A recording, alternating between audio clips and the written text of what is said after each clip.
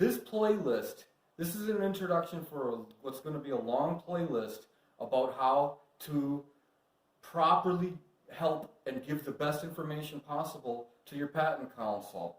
And I'm going to explore a lot of details about why it is I don't get that from my inventors and why that makes my job so much harder. 1, I need my inventors to better understand the elements of a patent disclosure. 2, patent drawings. 3, forecasting into the future, embodiments you haven't built yet but that you hope to produce at some point. And then 4, not trying to get ahead of yourself and discuss what's going to be in the claims and hold back information because you don't want it in the claims. Folks, I want to make you aware of another issue, another way of getting information to your counsel that's easier for everybody and it results in a better patent disclosure and a more comprehensive patent disclosure. And it doesn't involve video. I use, personally myself, like a lot of doctors, a dictation recording device. I'll show it a little bit closer. There's a million of these. It might be $20, they might be $30. There's all kinds of different ways going on Amazon or at Office Depot or other places, electronics. And I use these when I'm somewhere where I'm kind of occupied. I don't necessarily want to write it down with pencil and paper, but I want to make a reminder to myself as I'm just walking somewhere, anywhere. Sometimes I have this with me because I like to walk. I believe in walking. I believe in the increased level of oxygen that comes to the brain from walking. And also I solve problems and stuff comes to me as I'm walking. I'm not going to show myself doing that, but I'm a firm believer in taking walks. When I get with clients, I try to get us up and moving, standing vertical and walking around the invention. Even if we're not videoing it, I can get the the inventor to kind of see the invention from the perspective of an average person who doesn't know him and make remarks about it and say things that they might not otherwise think to say. So I recommend one of these for my inventors that have a lot to say and a lot of embodiments and a lot of disclosures, and make the files and then download them to your computer of whatever sort and email them to me. And I'll get them transcribed, or you get them transcribed. But we need something like this in order to best understand the principles of the invention. Also, here comes a wasp. As you think of new things, and as you think of features and embodiments that weren't in the original disclosure or emails or video that you sent to me, we want to include everything. And this won't come to you all at once. It'll come to you at different times and different stages. And when you're in different moods and doing things where you weren't expecting to think of it, that's quite often where you will think of it. So I show you the example of a digital mobile recorder, battery operator that hooks through micro USB or regular USB. But I also want to say your mobile device likely has already a recorder, voice recorder installed therein, or either at least the text to translation, speech to text of a text message. I don't like working with text messages because I cannot vouch for their security, and they could be a violation of attorney-client privilege. They could be a violation of confidentiality. I don't like working from text, but I do like the idea of you taking advantage of speech-to-text translation and then putting it in some kind of document and sending it to me. I don't want your texts. Texts can get attorneys in a lot of trouble and already have. But I do want you to take advantage of your mobile device and, if possible, download any of the oodles of sound recording, speech-to-text transcription software, mobile apps. There's literally 10, 15 on Google Play. I don't know how many there are on iTunes. They're not hard to find. Use one of them. But I need you inventors to be aware that get me the information whatever way you can. And it's clearly, I've just come to discover, even among really bright, educated, intelligent people, that it's not going to come from you writing it to me. My inventors just don't do that. They don't adapt to that. They don't take to that. But I'll take your speech-to-text transcriptions, other than text.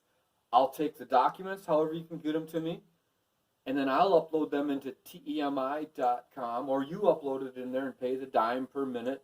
Get the documents to me whichever way. Whoever pays the $1.10 or $1.15 or whatever, $1.50 for 15 minutes, whoever pays that, I don't think it really matters because we're not talking about a lot of money. What we are talking about, though, is getting a good, comprehensive overall view of what you want your invention to do and how you want it to work. That's really important. And at present, I'm just not getting that from my inventors. I got to call them on the phone. I got to record the phone conversation, get that transcribed, and pressure them and press them and push them. Please tell me more. You have not given me the information I need to best help you. There are big holes in what you've said. Big res ipsa loquitur type holes where I'm just supposed to induce how the middle and interior parts work. I'm just supposed to figure it out for myself. I can, but I'll charge you more. Number two, that's a bad patent disclosure when even your own counsel, who you're paying, has to guess at how the invention works and what it does. Unfortunately, I have a lot of inventors who put me in that position. I've been doing this 23 years. And there are certain patterns that are clear, that are very well established, and that I wish didn't exist. But I guess that's part of why you hire an attorney to do this, because it's hard. I'm not saying it's easy. I'm saying, however, you can save money if you'll at least take some of the load back on yourself. And one of the ways to do that, if you don't want to make videos or can't make videos, or you're in a car, or you're somewhere where it's not convenient to make a video, then at least start talking. Start doing a brain dump of your ideas. You have to be driving. Your body is fixed and immobile. You are not able to move around, video things. You don't have your invention with you. Okay, I get that. All right, I get that. You're in the car, not real convenient for explaining things. Okay, I get that. I understand that. All right. While you're driving, just talk. You can talk. Now, knowing how badly people are about misbehaving in their cars and texting and doing all kinds of distractions, I'm not telling you anything you don't know. And I'm not recommending you commit a federal offense. Certainly not recommending something of an offense that you're not already probably doing anyway. But where is a better place where you're idle, you're stuck, your brain is working, sometimes working overtime, and you are fixed and in traffic and cannot do anything about it? That's when the ideas come. Start talking. Tell me. Tell me what they are. Don't call me up and expect me to listen to it right then and there. You probably won't reach me. I'll probably be in court or somewhere. I don't think that's a good way to practice. And telephone calls are not the best way to convey the principles of the invention. Talking into a mobile device where you can reflect on it and make additions and other things, that's a much better way. You're talking to yourself and you're explaining the invention. That's a lot more convenient way to get the point across. It's more convenient for both of us, both for you and for me. You may not be able to reach me, and don't leave this all in a big long voicemail. Instead, talk into your mobile device, talk into a digital recorder. Find some way to get me the information from you to me in a way that most resembles your own stream of consciousness and what you think about the invention, what you want it to look like, what features you want it to have. Arguably, the best way would be video. That's not always available. You're in your car, you don't have the invention with you. There's a million reasons why you're away from where you want to be, but that doesn't mean you still can't be thinking about your invention and conveying good, useful, interesting principles of the invention that you have not yet conveyed. If you do that, believe me, I'll use it. I'll find a way to get it in that patent application. Just leave that to me. However, I won't use it if I don't know it because I can't read your mind. No patent attorney can. That's an important feature. I wish more of my inventors would do this. Very few of them do. I would like to see that change. Just like I said, I'd like to have more female inventors. I'd like to have more left-handed inventors. And I'd like to have more inventors that make good, proper use of digital voice recordings, because it can be a boon. You guys see doctors using it in their office and making recordings of their voice so that then someone else can transcribe it and input it. You see already, you've been seeing since the 1970s how valuable that is. Well, now that digital recorders might be $19, or that you've already got one on the mobile phone that you carry everywhere with you, including into the bathroom,